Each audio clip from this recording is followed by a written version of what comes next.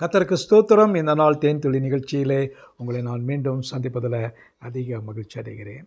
இந்த நாளில் கூட அப்போஸ்தலர் 3ஆம் அதிகாரத்தில் நடந்த ஒரு முக்கியமான ஒரு சம்பவத்தை இந்த நாளிலே தேன்துளியிலே நான் உங்களுக்கு சொல்ல விரும்புகிறேன்.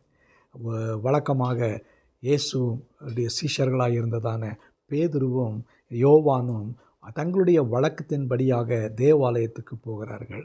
முதலாவது வசனத்தில் பார்க்கிறோம். 3:1 ஜெப வேளையாக 9ஆம் மணி நேரத்தில் பேதுருவும் யோவானும் தேவாலயத்துக்கு போனார்கள். அவர்கள் அப்போஸ்தலர்களாக எண்ணப்பட்டவர்கள், இயேசுடைய சீஷர்களாக இருந்தவர்கள். அவர்கள் ஒரு நல்ல ஒரு ஐக்கியப்படக்கூடியதான ஒரு இடம். ஜெப வேலை தான் மிக முக்கியமான வேலை. அந்த ஜெப வேளையில் பேதுருவும் யோவானும் தேவாலயத்துக்கு சென்றார்கள். அந்த தேவாலயத்தில் அவர்கள் சென்று ஜெபித்துவிட்டு திரும்பி வருகிற வேளையில் அந்த வாசலிலே பார்க்கும் பொழுது ஒரு பிறவியிலேயே முடவனாக பிறந்ததான ஒரு மனிதனை காண்கிறார்கள். தேவாலயத்தில் பிரவேசிக்கிற பொழுது பேதுருவையும் யோவானையும் அவன் கண்டு பிச்சை கேட்டான் என்று பார்க்கும். அந்த அலங்கார வாசலில் ஒரு பிச்சைக்காரன் பிறந்ததிலிருந்து அவன் ஊனமாய் காணப்பட்டவன். அவனுக்கு எந்த உதவியும் ஒத்தாசையும் இல்லை. அந்த நாளிலே பார்க்கின்றபடி பேதுருவும் யோவானும் அவனை உற்று பார்த்தார்கள். இவரிடத்தில் ஏதாவது கிடைக்குமா, பிச்சை கிடைக்குமா, தர்மம் கிடைக்குமா என்று பார்க்கின்ற வேளையில் அவர்களை நோக்கி அவன் பார்க்கிறான். அவன் நோக்கி பார்க்கும் பொழுது இவர்களும் பதிலுக்கு சொல்கிறார்கள். அவரிடத்தில் ஏதாவது கிடைக்கும் என்று எண்ணி அவர்களை நோக்கி பார்த்தான். அப்பொழுது பேதுரு, வெள்ளியும் பொன்னும் என்னிடத்தில் இல்லை, என்னிடத்தில் உள்ளதை உனக்கு தருகிறேன், நசரேனியாக இயேசு கிறிஸ்துவின் நாமத்திலே நீ எழுந்து நட என்று சொன்னார். சீஷர்களிடத்தில் அப்போ ஒன்றுமே அவர்களுக்கு எந்த ஃபினான்ஸ் கிடையாது, எந்த ஒரு வருவாய் கிடையாது. அவர்களுக்கு சபை அப்பொழுதுதான் வளர்ந்து கொண்டு வருகிறது, காணிக்கை கிடையாது. ஆனால் அவர்கள் தேவாலயத்துக்கு சென்றார்கள். தேவாலயத்தில் ஜெபம் பண்ணி விட்டு வரும்பொழுது எம்டி ஹேண்டாக வராங்க. ஆனால் அவர்களிடத்தில் இருந்தது விலையேற பெற்ற முக்கியமான ஒரு காரியம். அதுதான் இயேசுவின் நாமம்.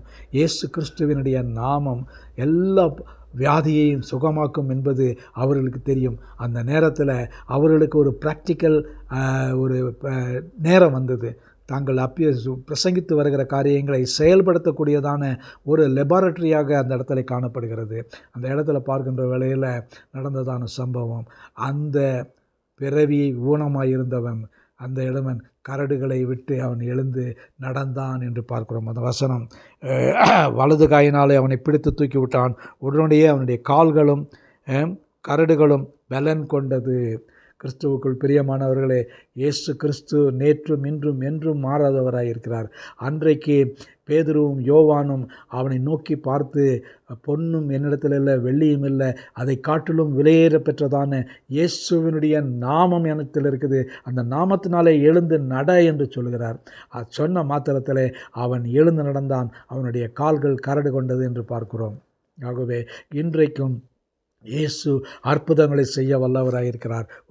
என்னுடைய வாழ்க்கையில் கூட அவர் இயற்கைக்கு அப்பாற்பட்டதான முடியாத காரியங்களை, குருடருடைய கண்களை திறக்கிறார், செவிடர்களை காதுகளை திறக்கிறார், அதோடு கூட ஊனமுற்றவர்களை நடக்க வைக்கிறார், பலவீனர்களை தாங்குகிறார். எப்படிப்பட்டதான அற்புதமான காரியங்கள் இயேசுவின் நாமத்தினாலே, வேறு எந்த ஒரு காரியத்திலும் அல்ல.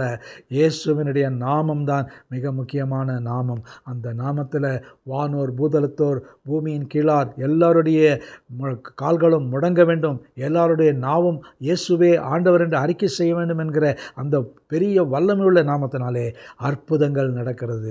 இன்றைக்கும் இயேசு மாறாதவராய் இருக்கிறார். அவரும் இந்த இடத்துல எந்த நேரத்திலும் அவரை நோக்கி பார்க்கிறவர்களுக்கு அவர் அற்புதங்களை செய்து விடுதலை கொடுக்கிறவராக இருக்கார்.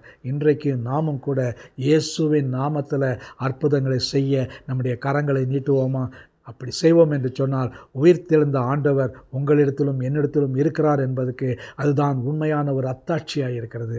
அதை நாம் செயல்படுத்துவோம். இயேசுனுடைய நாமத்தை மகிமைப்படுத்துவோம். நல்ல ஆண்டவரே, எல்லா நாமத்துக்கும் மேலான நாமத்தை உடையவராகிய இயேசுவே, இந்த நாட்களிலும் கூட தேவையுள்ள மக்கள், வியாதியஸ்தர்கள், ஆண்டவரே பலவீனர்கள், ஆண்டவரே தீர்க்க முடியாத வியாதியில் இருக்கிறவர்கள், பிசாசு பிடித்தவர்கள், இவர்களை உம்முடைய நாமத்தினாலே ஆண்டவரே துரத்த முடியும், சுகப்படுத்த முடியும் என்று நாங்கள் விசுவாசிக்கிறோம்.